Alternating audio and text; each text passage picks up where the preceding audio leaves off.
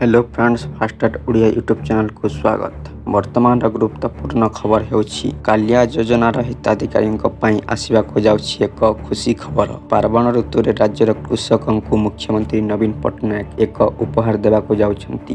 ସୂଚନା ପାଇବା ପୂର୍ବରୁ ଯଦି ଆମ ଚ୍ୟାନେଲକୁ ନୂଆ ଆସିଛନ୍ତି ତେବେ ଲାଇକ୍ ସବସ୍କ୍ରାଇବ୍ କରନ୍ତୁ ଏବଂ ପାଖରେ ଥିବା ବେଲ୍ ଆଇକନକୁ ଦବାଇ ଦିଅନ୍ତୁ, ଯାହା ଫଳରେ ଏଭଳି ନୂଆ ଇନଫର୍ମେସନ୍ ସର୍ବପ୍ରଥମେ ପାଇପାରିବେ। ତେବେ ଚାଲନ୍ତୁ ସମ୍ପୂର୍ଣ୍ଣ ଜାଣିବା। ଓଡ଼ିଶାର ଏହି କୃଷି ଭିତ୍ତିକ ଗଣପର୍ବରେ ରାଜ୍ୟର 41 ଲକ୍ଷରୁ ଉର୍ଦ୍ଧ୍ୱ ଚାଷୀଙ୍କୁ ପ୍ରାୟ 800 କୋଟି ଟଙ୍କାର ସହାୟତା ବଣ୍ଟନ କରାଯିବ। ଏଥିପାଇଁ କୃଷି ବିଭାଗ ପ୍ରସ୍ତୁତି କରିସାରିଛି।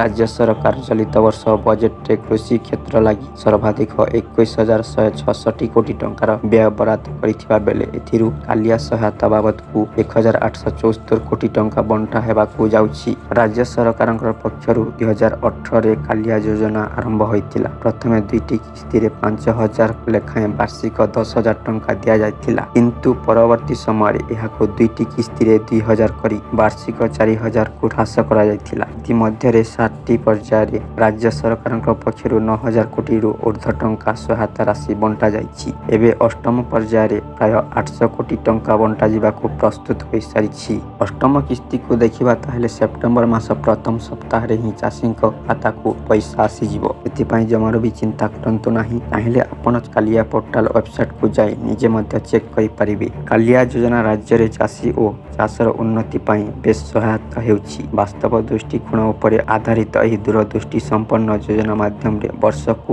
10,000 କୋଟି ଟଙ୍କାରୁ ଉର୍ଦ୍ଧ୍ୱ ରାଶି ବିନିଯୋଗ କରାଯାଇ ରାଜ୍ୟର ଅସମର୍ଥ କୃଷି ପରିବାର, ଭୂମିହୀନ ଚାଷୀ ଏବଂ ନାମମାତ୍ର ଚାଷୀଙ୍କୁ ଋଣ ଜନ୍ତା ଏବଂ ଦାରିଦ୍ର୍ୟରୁ ମୁକ୍ତ କରିବା ଏହାର ଲକ୍ଷ୍ୟ। କାଲିଆ ଯୋଜନାରେ 3 ବର୍ଷ ପାଇଁ 5,933 କୋଟି ଟଙ୍କା ଅନୁମୋଦନ କରିଛି କ୍ୟାବିନେଟ୍। କାଲିଆ ଯୋଜନାକୁ ସଠିକ ଭାବରେ କାର୍ଯ୍ୟକାରୀ କରାଯିବ। ଏହା ସହିତ କୃଷକମାନଙ୍କ ଆୟ ବୃଦ୍ଧି ସହ ସେମାନଙ୍କର ସାମାଜିକ ଓ ଅର୍ଥନୈତିକ ବିକାଶ ଲକ୍ଷ୍ୟ ରଖିଛନ୍ତି ସରକାର। ତେଣୁ ରାଜ୍ୟ କ୍ୟାବିନେଟ୍ 2021-22ରୁ 2023-24 ଆର୍ଥିକ ବର୍ଷ 3 ବର୍ଷ ପାଇଁ 5,933 କୋଟି ଟଙ୍କାର ବ୍ୟୟ ଅଟକଳକୁ ଅନୁମୋଦନ କରିଛନ୍ତି। ଏହାଦ୍ୱାରା ରାଜ୍ୟର ସମସ୍ତ କାଲିଆ ଯୋଜନା ହିତାଧିକାରୀ କୃଷକ ପରିବାର ବହୁଳ ଭାବରେ ଉପକୃତ ହେବେ। ତ ଦର୍ଶକ ବନ୍ଧୁ, ଆଜି ପାଇଁ ଏତିକି। ଆଶା କରୁଛି ଭିଡ଼ିଓଟି ନିଶ୍ଚିତ ଭାବରେ ଭଲ ଲାଗିଥିବ। ଧନ୍ୟବାଦ।